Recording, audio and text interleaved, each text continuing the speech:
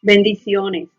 La Iglesia de Dios, Oasis de Restauración, sus pastores Zoe Santiago y Migdalia Rodríguez, y quien les habla, la hermana Mirna de Jesús, les invita a nuestra escuela bíblica al estudio de la lección número 11 de nuestro expositor Senda de Vida, bajo el tema El Evangelio es luz en medio de las tinieblas.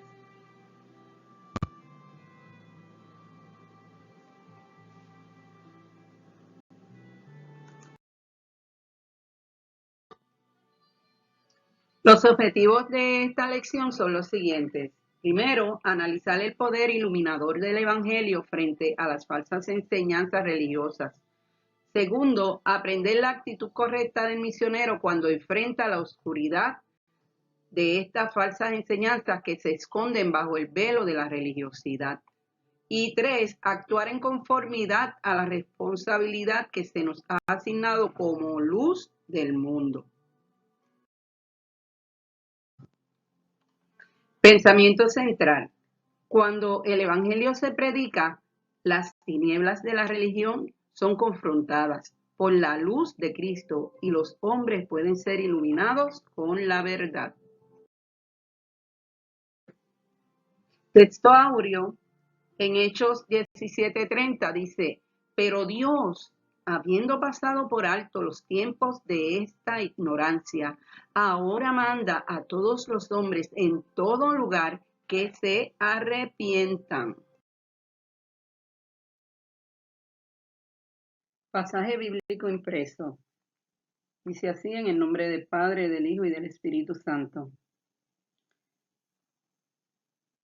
Hechos 17:22 en adelante dice, entonces Pablo, puesto en pie en medio del Areópago, dijo, varones atenienses, en todo observo que sois muy religiosos, porque pasando y mirando vuestros santuarios, hallé también un altar en el cual estaba esta inscripción, al Dios no conocido, al que vosotros adoráis, pues sin conocerle es a quien yo os anuncio.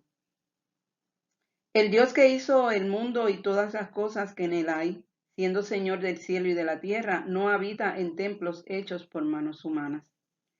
Ni es honrado por manos de hombres como si necesitase de algo, pues Él es quien da a todos vida y aliento y todas las cosas. Y de una sangre ha hecho todo el linaje de los hombres, para que habiten sobre toda la faz de la tierra. Y les ha prefijado el orden de los tiempos y los límites de su habitación, para que busquen a Dios si en alguna manera palpando puedan hallarle, aunque ciertamente no está lejos de cada uno de nosotros. Porque en él vivimos y nos movemos, y somos, como algunos de vuestros propios poetas también han dicho, porque linaje suyo somos. Siendo pues linaje de Dios, no debemos pensar que la divinidad sea semejante a oro o plata o piedra, escultura de arte y de imaginación de hombres. Pero Dios, habiendo pasado por alto los tiempos de esta ignorancia, ahora manda a todos los hombres en todo lugar que se arrepientan. Por cuanto ha establecido un día en el cual juzgará al mundo con justicia, por aquel varón a quien designó, dando fe a todos con haberle levantado de los muertos. Pero cuando oyeron lo de la resurrección de los muertos, unos se burlaban y otros decían, ya te oiremos acerca de esto otra vez. Y así Pablo salió de en medio de ellos. Mas algunos creyeron, juntándose con él, entre los cuales estaba Dionisio el Areopagita, una mujer llamada Dámaris y otros con ellos.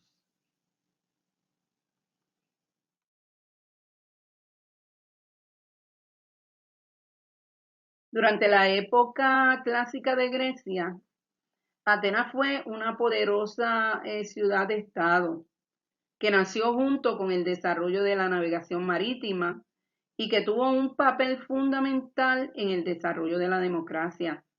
Fue centro cultural y religioso, se distinguió como centro de la erudición literaria y el arte griegos, y por ser ciudad académica abundaban los conferenciantes, filósofos y maestros entre ellos Sócrates, Platón y Aristóteles.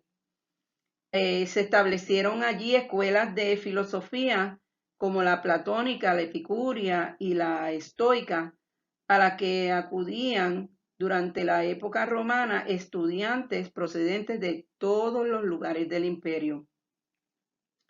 Es importante destacar que Pablo llega a Atenas aproximadamente en el año 50 después de Cristo, durante su segundo viaje misionero. Atenas era una ciudad famosa por todos sus templos y a pesar de que en el contexto bíblico de Hechos 17, siendo provincia romana, carecía de importancia política.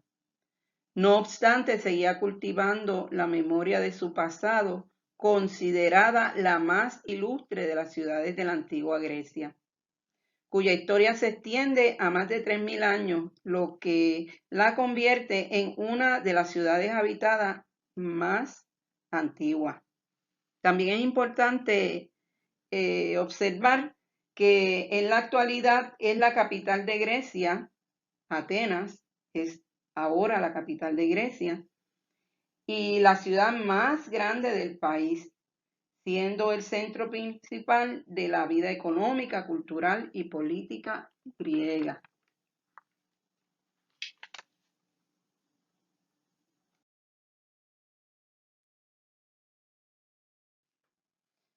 Cuando Pablo llega a Atenas, Hechos 17, 13 al 15 registra que había dejado a Silas y a Timoteo en Berea con instrucciones de que se unieran a él lo antes posible.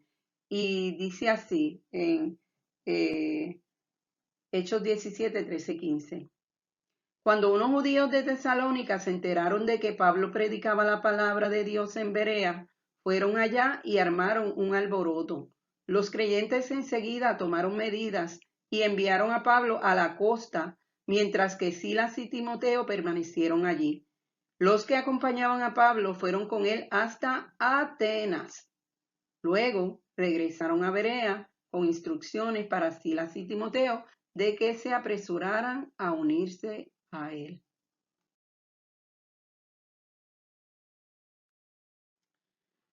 Mientras Pablo esperaba a Silas y a Timoteo en Atenas, caminando por la ciudad, observó que aquella gente estaba espiritualmente perdida y atrapada en la idolatría.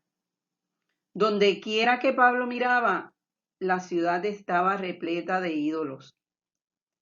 Y a pesar de ser muy cultos, los atenienses no conocían al único Dios verdadero. Pablo experimenta una combinación de sentimientos encontrados, enojo y pena. Y dice que se indignó.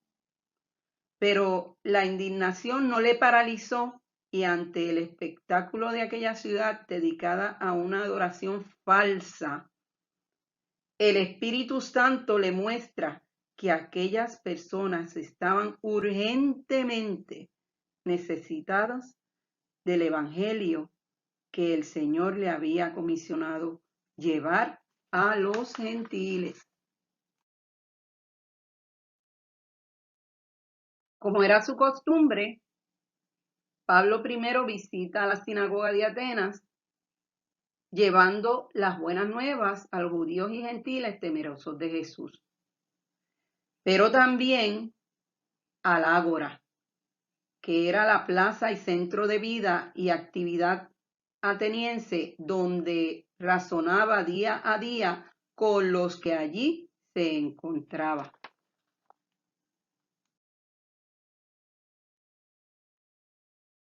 Ágora era la plaza pública donde se realizaba el comercio y otras actividades como los dispensarios médicos, las barberías, también la venta de esclavos, y donde los ciudadanos se reunían a conversar de toda clase de temas. Es en la plaza pública, en el Ágora, donde Pablo razona con los epicúreos y a los estoicos, filósofos griegos. Los epicúreos creían que buscar la felicidad y el placer era la meta principal de la vida, mientras que los estoicos creían que el pensamiento era superior a los sentimientos y procuraban vivir en armonía con la naturaleza y la razón, suprimiendo el deseo y el placer. En Hechos 17:18 dice de la siguiente manera, comenzando desde el 17b, dice que hablaba diario en la plaza pública con todos los que estuvieran allí. También debatió con algunos filósofos epicúreos y estoicos. Cuando les habló acerca de Jesús y de su resurrección, ellos dijeron, ¿qué trata de decir este charlatán con esas ideas raras? Otros decían, parece que predica de unos dioses extranjeros.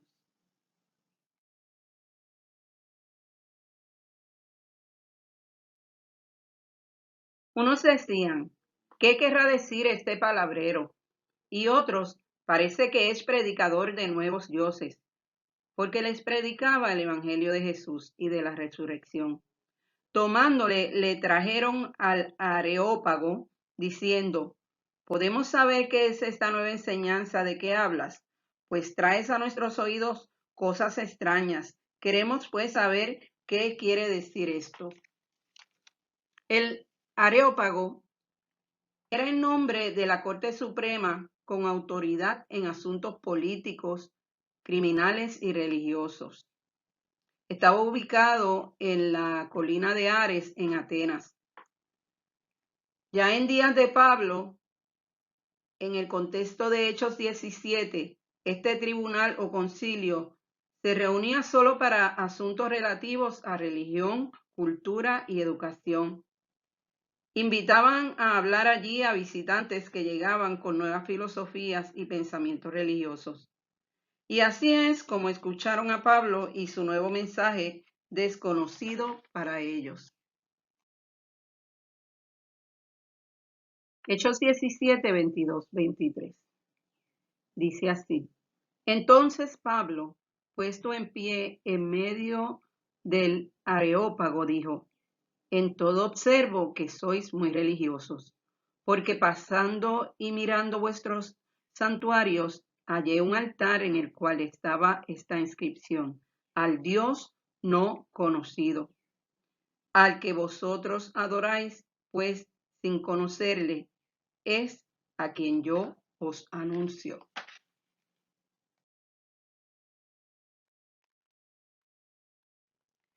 Pablo estaba preparado para hablar a este grupo de atenienses. Siendo de Tarso, conocía muy bien la cultura gentil. Por otro lado, era rabino. Fue instruido a los pies de Gamaliel, el mejor erudito de su época. Era conocedor de las escrituras. Tuvo un encuentro personal con el Cristo resucitado. Además, había pasado gran parte de su vida reflexionando y razonando las escrituras. Podemos observar que en esta ocasión, muy interesantemente, Pablo no comenzó a recitar la historia judía como generalmente lo hacía. ¿Por qué? Pues porque ese tema no llamaría la atención de sus oyentes griegos. Sin embargo, el tema de su mensaje fue acerca de el único Dios verdadero. Y utilizando ejemplos que ellos entendían, entiéndase los atenienses, y con los cuales se identificaban, hace referencia al altar de los atenienses, al Dios no conocido. Pablo no estaba diciendo que aprobaba a ese Dios, pero usó la inscripción del mismo como punto o gancho de entrada para hablarles acerca del único Dios verdadero, del Señor creador del universo, de aquel por el cual todo existe, aquel que es el Señor del cielo y la tierra, el soberano Dios. Pablo no cita las Escrituras, pero estaban tan inmersas en su mensaje.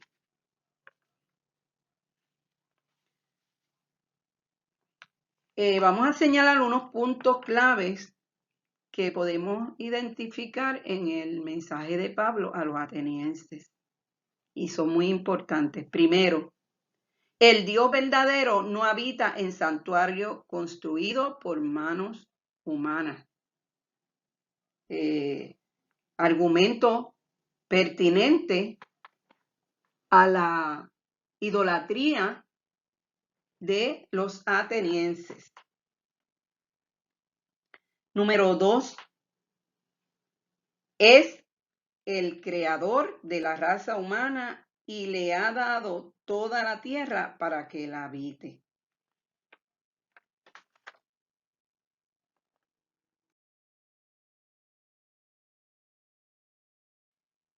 Siendo el Dios soberano, ha de juzgar al mundo, por lo cual les llama al arrepentimiento. Y por último, dirige su mensaje hacia la persona de Cristo y su resurrección. A pesar de la reacción negativa de algunos, Pablo no dejó inconcluso su mensaje. Confrontó a sus oyentes con la resurrección de Jesús, que implica bendición y salvación para todos. O, de lo contrario, recibir el castigo por rechazarle y no creer. Podemos observar que la religión griega no tenía un concepto de juicio y la mayoría prefería rendir culto a muchos ídolos y rechazar la idea de la resurrección. Pero esto no impidió que Pablo proclamara la verdad ante aquella audiencia. Algunos se burlaron, pero otros creyeron y aceptaron su mensaje. Y eso equivale a victoria. Ciertamente hay millones de vidas extraviadas de la verdad. De manera que es imperativo que respondamos al llamado para llevar esa verdad a esas vidas. También es importante que nos preparemos para hacerlo de la manera correcta y efectiva. De manera que puedan conocer que el Dios soberano nos ha creado para que le busquemos y le conozcamos, para que le adoremos y tengamos comunión con Él. Para que busquen a Dios si de alguna manera palpando puedan hallarle, aunque ciertamente no está lejos de cada uno de nosotros. Hechos 17:27. Dios les bendiga.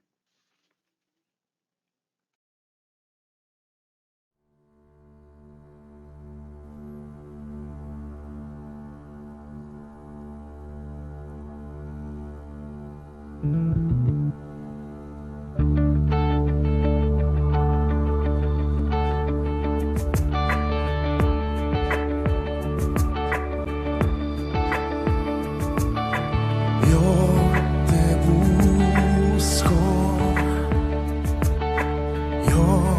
te busco.